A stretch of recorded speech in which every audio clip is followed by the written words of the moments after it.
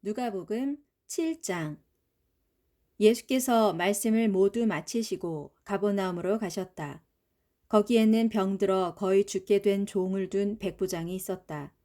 백부장은 평소 그 종을 무척 아꼈다.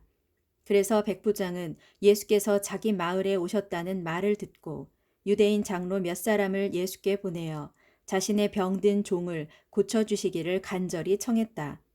유대인 장로들은 예수께 부탁했다.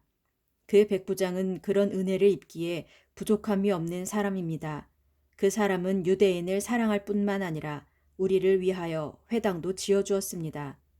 그 말을 듣고 예수께서 장로들과 함께 가셨다. 백부장의 집에서 그리 멀지 않은 곳에 이르렀을 때 백부장은 자기와 가까운 사람들을 보내어 예수께 말했다. 주님, 주님께 심려를 끼쳐드리고 싶지 않습니다. 저는 주님을 저희 집에 모실 만한 자격이 없는 사람입니다. 그러니 주님께서는 말씀만 하십시오. 그러면 제 종이 나을 것입니다. 저도 상관을 모시고 있지만 제 밑에도 부하들이 있어서 제가 가라 하면 가고 오라 하면 옵니다. 또 제 종들에게 이렇게 하라 하고 말하면 그대로 합니다. 예수께서 이 말을 들으시고 감탄하면서 자기를 따르는 사람들을 돌아보며 말씀하셨다. 내가 여러분에게 분명히 말하지만 나는 여태껏 이스라엘 사람들 중에 이만한 믿음을 가진 사람을 보지 못했습니다. 그리하여 백부장이 보낸 사람들이 집에 돌아가 보니 그 종은 이미 말끔히 나아 있었다. 얼마 후 예수께서 나인이라는 동네로 가셨다. 제자들과 많은 군중이 예수를 뒤따랐다. 성문 앞에 이르렀을 때 마침 상여를 맨 장례 행렬이 성읍 밖으로 나오고 있는 중이었다. 죽은 사람은 어떤 과부의 외아들이었다. 같은 동네 사람들이 과부의 뒤를 따라오고 있었다. 주님은 그 과부를 보시고 가엾게 여겨 울지 마세요 하고 위로하였다. 그리고는 관 가까이로 걸어가서 관에 손을 대시자 상역군들이 걸음을 멈추었다. 예수께서 관을 보시며 말씀하셨다. 청년이여, 내가 네게 말한다. 일어나라. 그러자 죽었던 자가 즉시 일어나 앉아서 말을 하기 시작했다. 예수께서는 그 청년을 그의 어머니에게 돌려주셨다. 사람들은 모두 큰 두려움에 쌓여 하나님을 찬양하며 소리쳤다. 위대한 예언자가 우리에게 나타나셨다. 또 사람들은 이렇게 외쳤다. 하나님께서 자기 백성을 돌보아 주셨다. 예수께서 이런 일을 하셨다는 소문이 온 유대와 그 주변 지역에 두루 퍼져나갔다. 세례 요한의 제자들이 이 소문을 듣고 세례 요한에게 알렸다. 그러자 세례 요한은 자기 제자 두 사람을 예수께 보내어 이렇게 묻게 했다. 당신이 정말 오시기로 되어 있는 바로 그분입니까? 그렇지 않으면 아직도 우리가 그분을 더 기다려야 합니까? 세례 요한의 두 제자가 예수께 와서 물었다. 우리 선생님이 이렇게 여쭈어보라고 하십니다. 당신이 정말 오시기로 되어 있는 그분이 맞습니까? 그렇지 않으면 우리가 아직도 그분을 더 기다려야 합니까? 세례 요한의 제자들이 왔을 때 예수께서는 마침 온갖 병자들을 고쳐주고 계셨다. 다리 저는 자들과 눈먼 자들을 고치시고 악한 귀신들을 쫓아내셨다. 예수께서 그들에게 대답하셨다. 가서 세례 요한에게 오늘 당신들이 본 것과 들은 것을 그대로 모두 알려주십시오. 보시오, 눈먼 자들이 눈을 뜨고 다리 저는 자들이 똑바로 걸으며 나병 환자들이 완전히 낫고 듣지 못하는 자들이 다시 들으며 죽은 자가 다시 살아나고 가난한 자들에게 기쁜 소식이 전파되고 있소. 나를 믿고 의심하지 않는 사람은 복이 있소. 그렇게 전해주시오. 세례 요한이 보낸 사람들이 떠나간 후 예수께서 군중들에게 세례 요한에 대해 말씀하셨다. 여러분이 무엇을 보려고 광야로 나갔습니까? 바람에 흔들리는 갈대같이 연약한 사람입니까? 그게 아니라면 화려한 옷을 입은 사람입니까? 모두 아닙니다.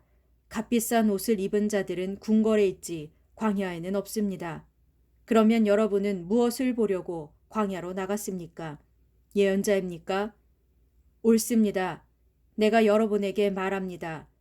그는 예언자보다 더 위대한 사람입니다.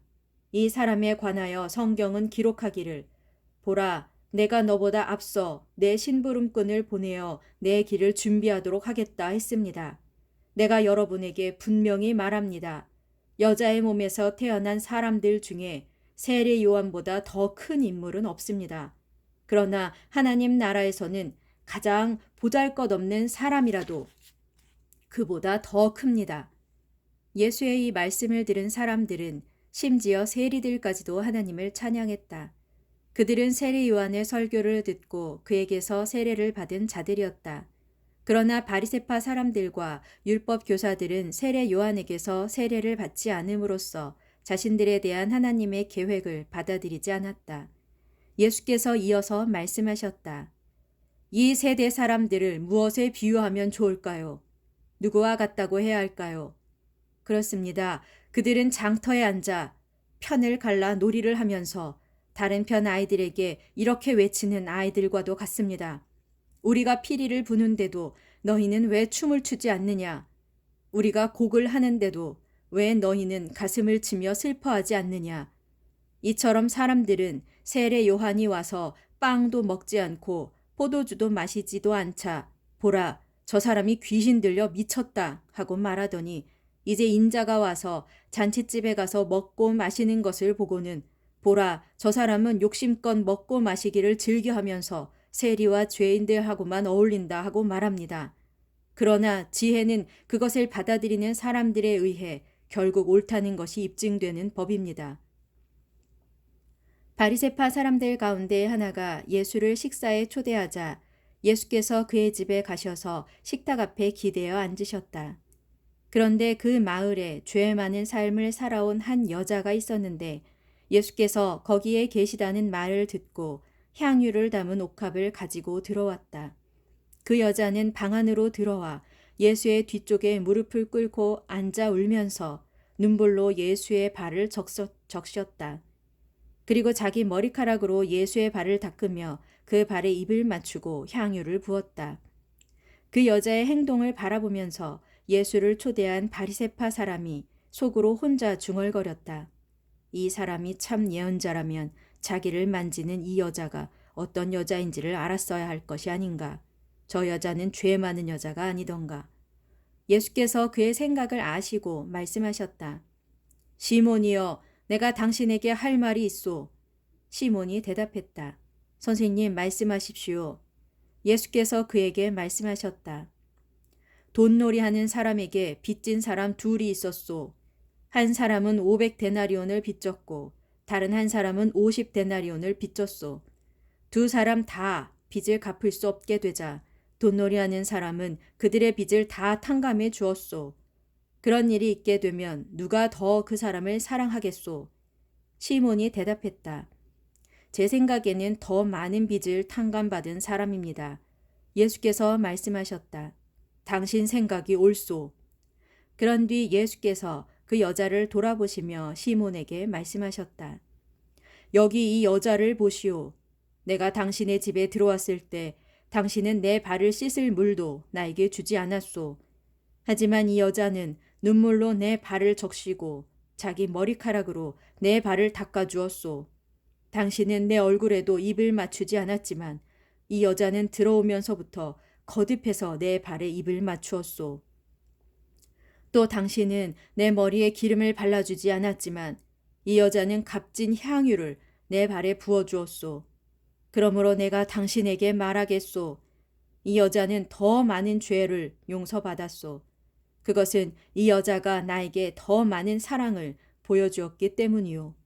용서받은 것이 적은 사람은 사랑도 적게 나타나는 법이요. 그리고 예수께서 그 여자를 향해 말씀하셨다. 여자여, 당신의 죄는 다 용서받았소. 그러자 식탁에 앉아있던 사람들이 수군거리기 시작했다. 도대체 이 사람이 누구이기에 죄까지도 용서한다고 말하는가? 그러나 예수께서는 그 여자에게 계속 말씀하셨다. 여자여, 당신의 믿음이 당신을 구원하였소. 이제 평안히 돌아가시오.